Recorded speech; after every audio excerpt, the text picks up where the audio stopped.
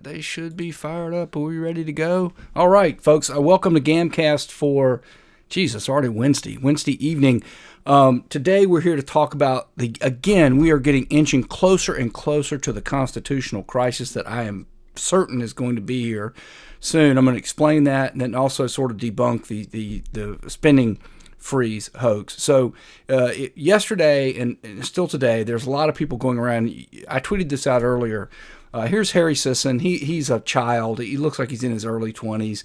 And he's a paid influencer. I think he's got like 1 million people on TikTok or whatever. And he's just, in his case, I don't think he really understands what he's talking about, but he knows how to say it with emotion. So yesterday he tweeted, President Biden never took away Medicaid from 78 million Americans. Now this followed up on Trump issuing a temporary spending freeze on loans and grants and things of that nature.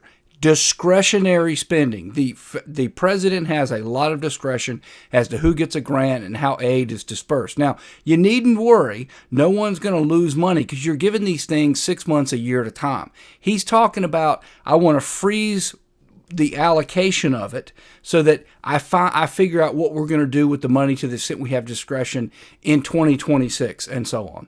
And again, you can see the hoax if you really don't need to know anything about politics and discretionary spending and non-discretionary spending from all the chaos they've created. But also, I want you to take a brief listen here. Here's Letitia James, why Trump's DOJ, I guess Pam Bondi hasn't been confirmed yet, why Trump's DOJ hasn't already indicted her for civil rights violations and RICO and other things, I don't know. But anyway, here she is talking about what they're doing to go after Trump's freeze. And let me just cut to the chase real quick. Basically, they want Biden's priorities to continue to be in place. They don't want anybody to take a look at what they're doing. It's just that simple. But anyway, here she is. Not only does this administration's new policy put people at risk, but it is plainly unconstitutional. Okay, no one's at risk. It's absolutely, positively not unconstitutional. It's discretionary spending.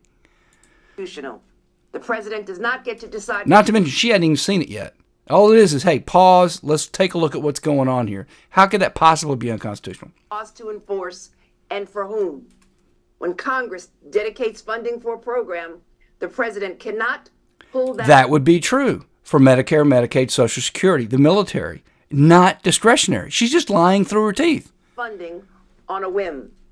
Later today, how's it a whim? I am leading and joining with my colleagues, my fellow Democratic attorney generals, in suing this administration to stop this illegal. Again, she's an election denier. I'm suing them to stop it because I want them to continue to do what Biden did. Let me give you a perfect example. What if you've got money for education and can give it to the states? If Trump may be able to, the next grant, say, hey, I'm going to give it to states that have school choice. Just like Barack Obama did when he withheld funding, discretionary funding now, on schools that did not recognize LGBTQ bathroom rights and whatnot. Anyway, it doesn't matter.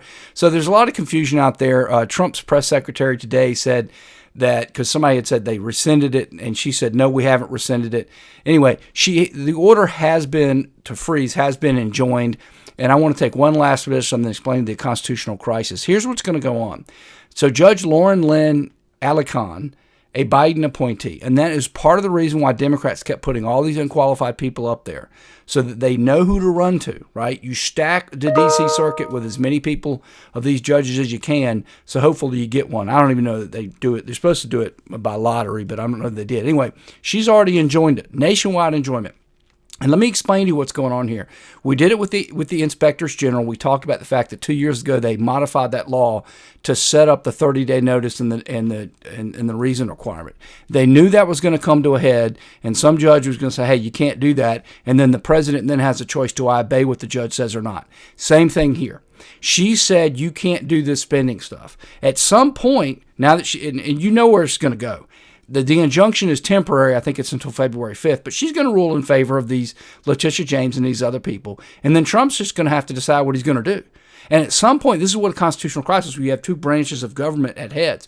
Trump's going to say, hey, you know what? I don't care what you ruled. You're wrong. I'm going to win at the Supreme Court, so I'm going to keep freezing the money. And the judge is going to, you can't do that. You'd find my order. It's just like Andrew Jackson said. Oh, you've got an order. Well, how are you going to enforce it? Well, through the executive branch. Oh, yeah, I'm the executive branch. So it won't get enforced. Anyway, we'll see. That'll be the crisis. Anyway, if you enjoyed this material, please like, comment, share, and subscribe. And if you do, you will see me on the next one.